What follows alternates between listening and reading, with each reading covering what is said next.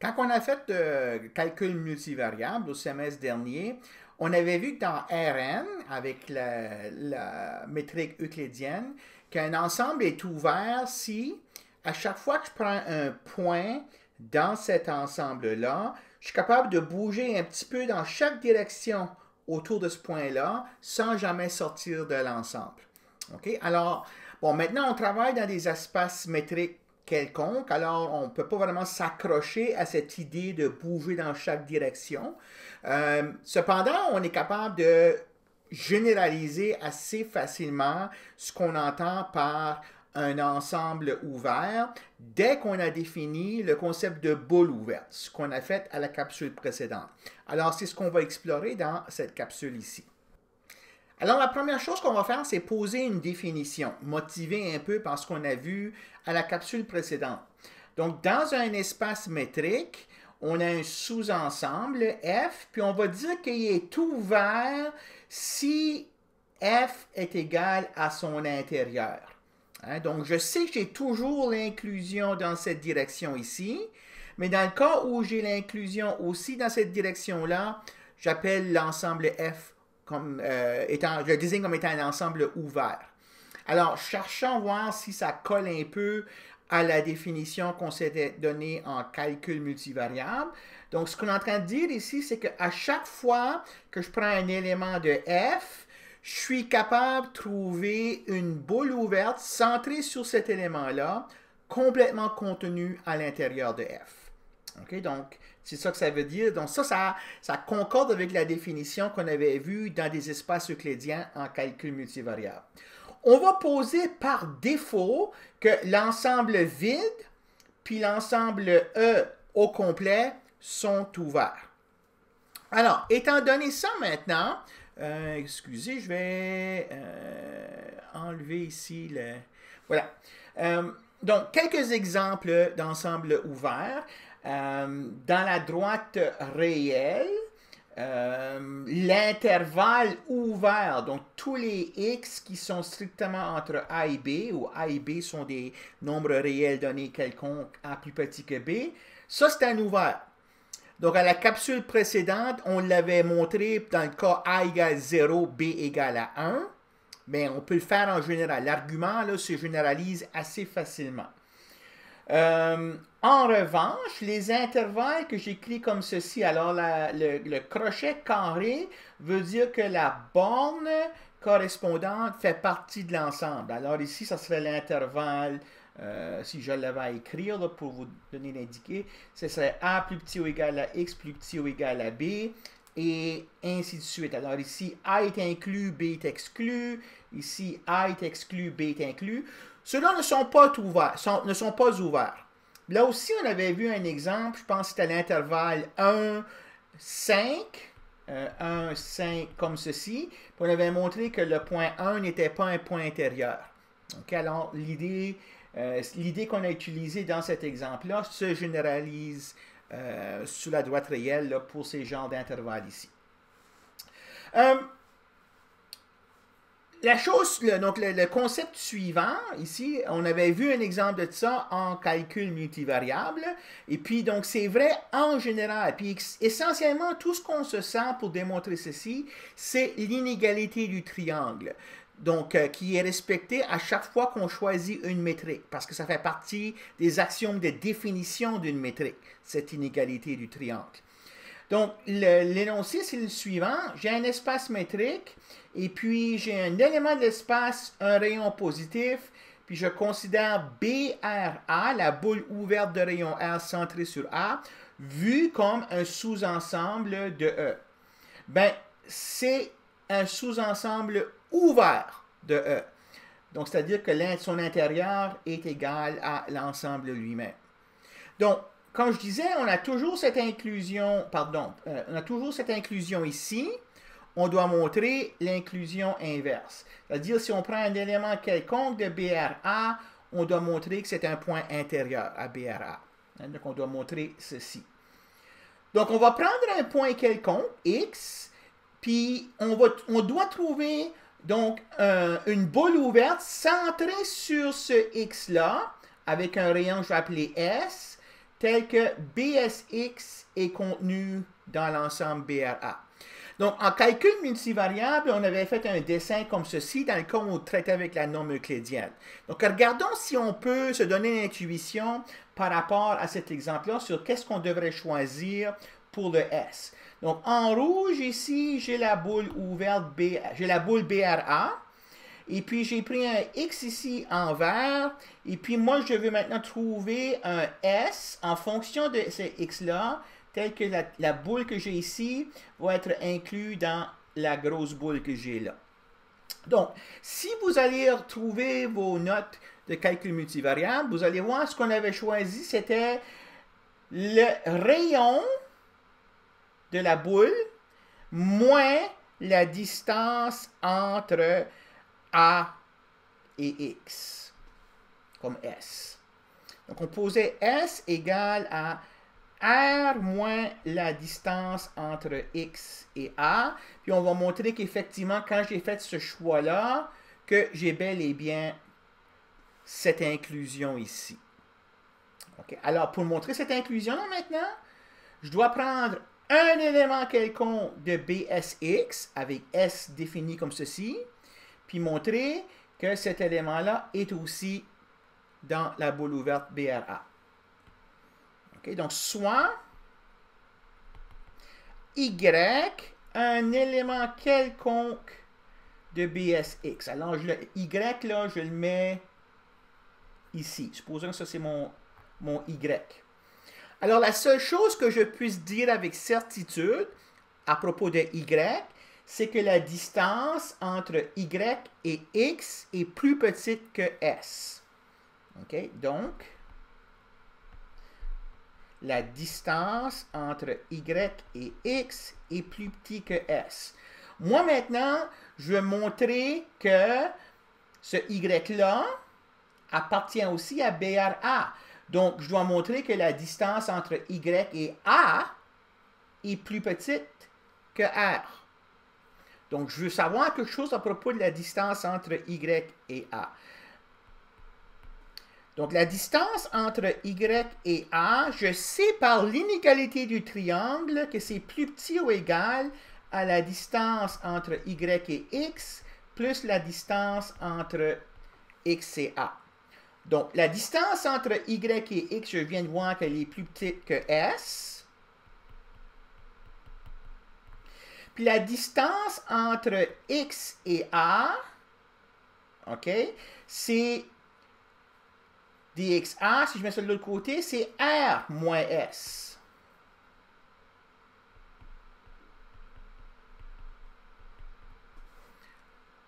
Puis j'ai terminé. Alors, la distance entre Y et A est plus petite que R.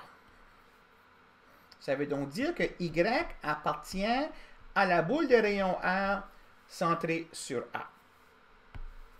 OK? Donc, j'ai pris un X quelconque dans BRA, puis j'ai montré que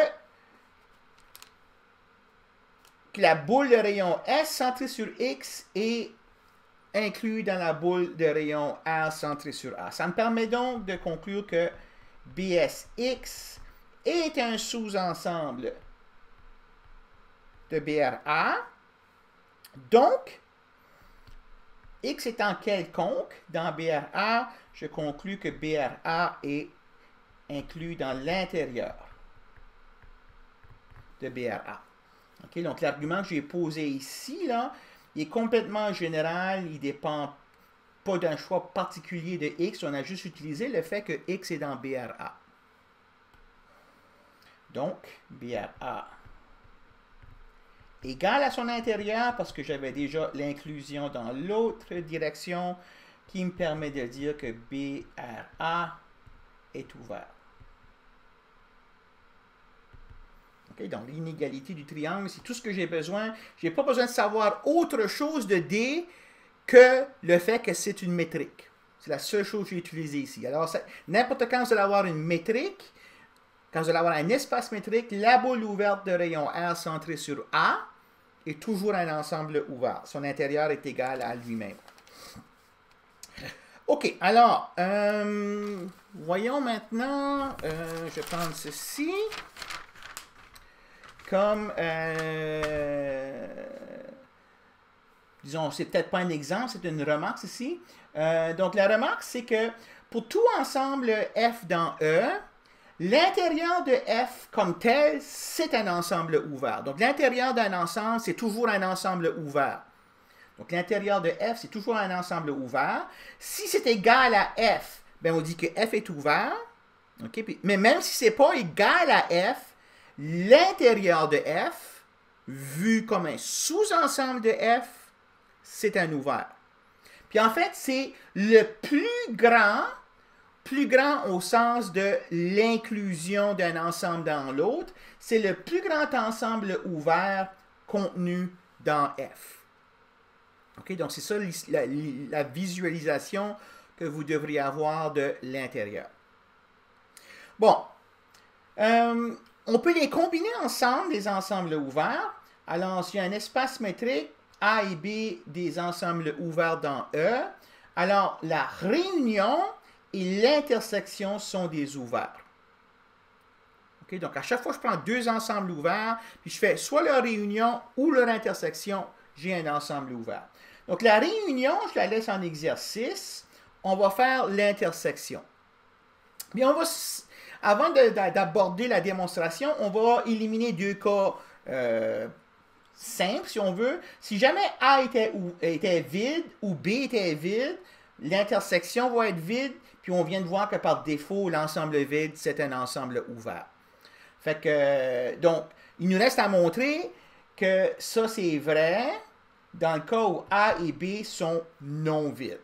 Alors, ce qu'on va faire, c'est prendre un point quelconque.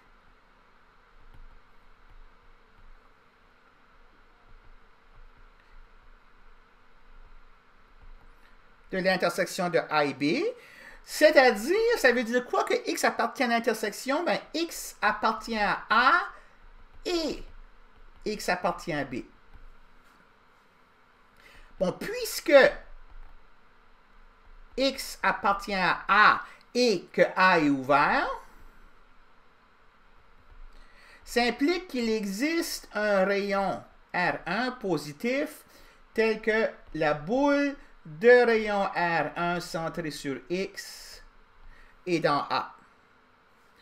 Même chose pour B, puisque X appartient à B et B est ouvert.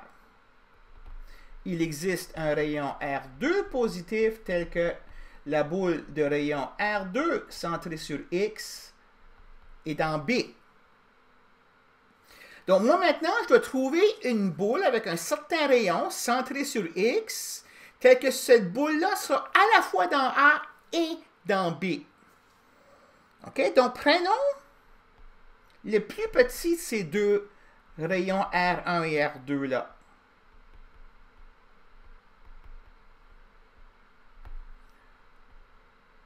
Alors, par défaut, c'est positif. Pourquoi? Parce que R, ici, ça va être soit R1 ou R2, puis ils sont tous les deux positifs. Donc, peu importe, ici, ça va être un nombre qui sera positif.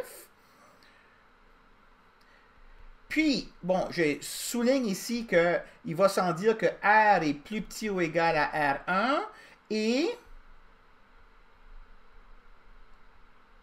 R est plus petit ou égal à R2. Si R, c'est le minimum de ces deux nombres-là, mais il est plus petit ou égal à R1, puis il est plus petit ou égal à R2.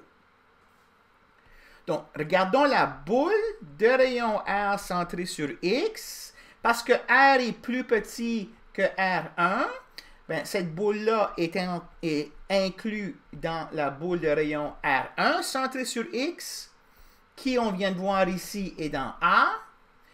Et la boule de rayon R centrée sur X est aussi contenue dans BR2X, à cause que R est plus petit que R2.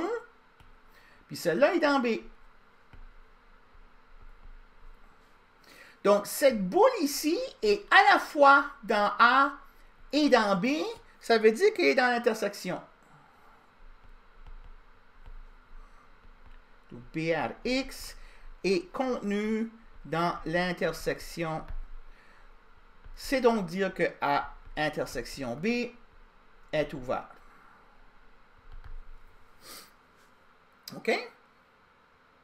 Alors, on peut en fait généraliser ce théorème 2.15-là à une collection finie. Hein, donc, si j'ai A, B, C, D, E, F, des ensembles ouverts, ben, leur réunion est ouverte, puis leur intersection est ouverte. Donc, à chaque fois que j'ai une collection finie d'ensembles ouverts, et puis je fais leur intersection ou leur réunion, j'ai un ensemble ouvert. Puis en fait, dans un de ces deux cas-là, on peut même généraliser plus loin. Alors ça, c'est le prochain théorème ici. Donc dans un espace métrique, si j'ai une collection infinie, donc oméga 1, 2, 3, 4, j'en ai une collection infinie d'ensembles ouverts, puis je fais leur réunion, ben leur réunion est ouverte. OK? Cependant, en général, leur intersection ne sera pas ouverte. On ne peut pas garantir que l'intersection sera ouverte. Ça peut arriver parfois, mais en général, ça ne sera pas le cas. Donc, c'est pour ça ici, dans la partie 2, j'ai juste mis le cas où est-ce que j'ai une collection finie. Vous voyez la différence ici, là? I va de 1, 2, 3 jusqu'à l'infini. Ici, I va de 1, 2, 3 jusqu'à n. Donc, si je fais l'intersection d'une collection finie d'ensemble ouvert, ça va être ouvert. Donc, la démonstration est dans le manuel du cours à la page 30. Ce n'est pas une grosse difficulté de penser la démonstration que j'avais ici à la démonstration de celle-là. Et même pour celle-là ici, ce n'est pas compliqué. Ce que je veux faire, c'est vous donner un exemple d'une collection infinie d'ensembles ouverts, puis vous montrer que dans l'exemple que j'ai choisi, l'intersection n'est pas ouverte. Donc ça, c'est la prochaine remarque, si on veut. Alors, je prends dans la droite réelle les ensembles ouverts suivants. Donc, ce sont des intervalles ouverts. Donc, je les appelle oméga I. C'est l'intervalle ouvert x entre 0 et 2 plus 1 sur i. Hein, donc, oméga 1, c'est l'intervalle 0, 3. Oméga 2, c'est l'intervalle 0, 2 plus 1 demi, donc 5 demi, et ainsi de suite. Okay? Donc, j'ai des intervalles qui viennent s'emboîter, si on veut, mais la borne ici, regardez qu'est-ce qui arrive à la borne. 2 plus 1 sur i. Quand i tend vers l'infini, là, ça se rapproche de plus en plus de 2. On le voit intuitivement. Okay? Donc, quand je prends l'intersection, je prends les choses qui sont dans chacun de ces éléments ici. Okay? Donc, on va montrer que l'intersection, c'est l'intervalle qui est ouvert à gauche 0, mais fermé à droite 2. Que lui, on a déjà vu, n'est pas ouvert. Donc, ça, c'est un exemple pour vous montrer que ici, là, la condition de finitude est bien importante. OK, alors, je vais procéder ici avec... donc, on va montrer ceci. Alors, si x est un élément de 0, 2, alors, ça veut dire ça que x est plus grand que 0, plus petit ou égal à 2, puis 2, ben, c'est toujours plus petit que 2 plus 1 sur i, pour tout i entier. Donc, n'importe quel nombre dans cet intervalle ici appartient à chacun de ces oméga i-là. Donc, c'est-à-dire que x appartient à oméga i pour tout i dans M. OK? Donc, 0,2 est dans cette intersection-là.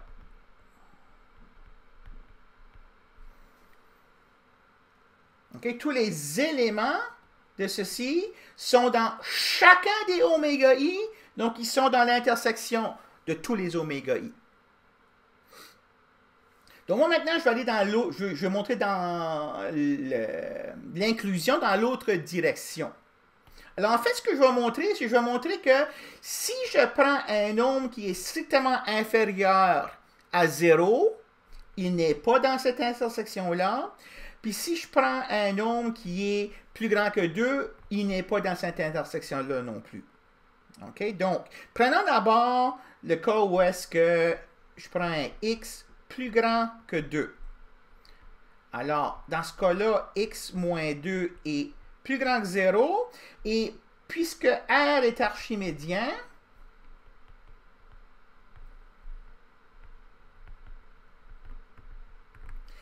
il existe un n étoile entier positif tel que n étoile fois x moins 2 est plus grand que 1. Alors, vous allez voir la propriété archimédienne pour les réels. On va l'utiliser souvent, cette propriété-là. Alors, aussi bien là, vous habituer à l'avoir sur le bout des doigts. Ça me permet de dire, ici, si je pose cette inégalité ici plus loin, que x moins 2 est plus grand que 1 sur n étoiles, ou que x est plus grand que 2 plus 1 sur n étoiles. Ça veut donc dire que pour ce n étoile-là, ben, x est plus grand que la borne à droite pour oméga n étoiles. Alors, ça veut donc dire que x n'appartient pas à oméga n étoiles. Donc, s'il n'appartient pas à oméga n étoiles, il ne peut pas appartenir à l'intersection. Car pour être dans l'intersection, il faut que tu sois dans chacun des oméga i. Alors, on vient de voir qu'ici, qu'il n'est pas dans oméga n étoiles. Donc, si je prends un nombre qui est plus grand que 2, il n'y est pas de là-dedans. Si je prends maintenant un nombre plus petit ou égal à 0, alors, dans ce cas ici, pour tout i dans n, x n'est pas dans oméga i. Pourquoi? Parce que pour être dans oméga i, il faut que x soit strictement positif. Donc, si x est plus petit ou égal à 0, il ne peut pas appartenir à oméga i, ce qui implique que x n'appartient pas, dans ce cas ici, à l'intersection. Donc, dans la droite réelle, j'ai que ceci, c'est inclus dans cette intersection-là. Par contre, si je prends des nombres inclus 0 à gauche, c'est pas dans cet ensemble ici. Puis si je prends des nombres plus grands que 2, c'est pas dans cet ensemble ici non plus. Alors, je dois forcément avoir l'égalité entre ces deux ensembles-là. Donc, ça me permet de conclure que 0,2, en fait, c'est cette intersection ici, okay, qui n'est pas ouverte. Même si chacun des oméga i était ouvert, leur intersection infinie n'est pas ouverte, n'est pas un ensemble ouvert à cause ici que l'intersection a la forme d'un intervalle qui est ouvert à gauche, cependant pas ouvert à droite. OK? Alors, voilà pour ce qui est des ensembles ouverts. On fera des exemples en DGD. Et puis, la prochaine capsule, je vais parler du complément d'ensemble ouvert, qui est également important. Puis, c'est donc celui qu'on va appeler ensemble fermé.